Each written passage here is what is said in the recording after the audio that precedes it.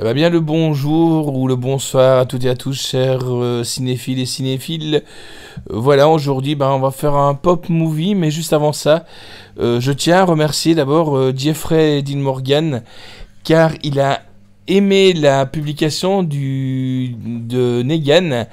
Et si vous allez voir sur sa page Facebook personnel, et ben vous verrez qu'il a mis notre vidéo. Et ben ça nous fait plaisir car c'est la preuve que tout travail finit par payer. Voilà.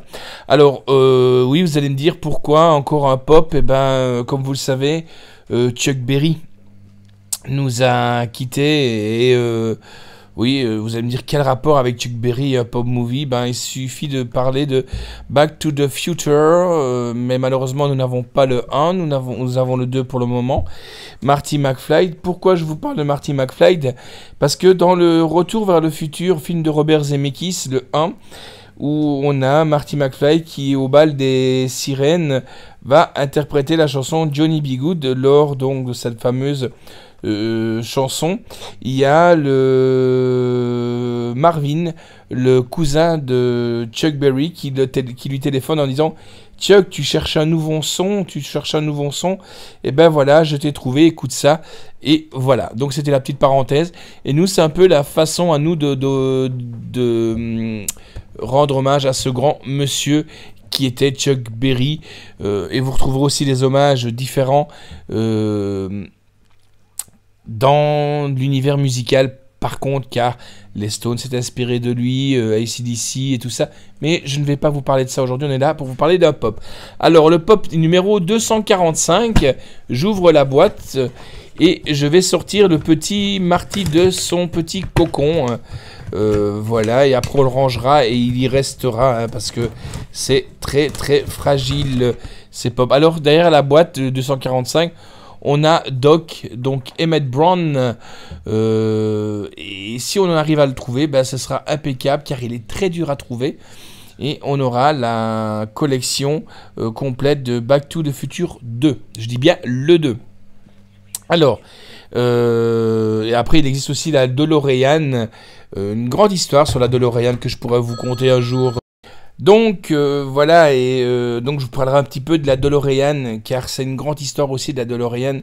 C'est un monsieur qui a voulu sortir une voiture, puis il est tombé dans le cartel de la drogue, mais ça c'est autre chose. Alors, ben le pop ici que vous voyez, ben on voit Marty McFly avec la fameuse veste ajustable, son overboard, les fameuses chaussures Nike autolassantes qui, vous savez, est vraiment sortie dans le commerce, mais à un tirage limité et à un prix assez exorbitant. Marty McFly qui est interprété par Michael J. Fox au passage.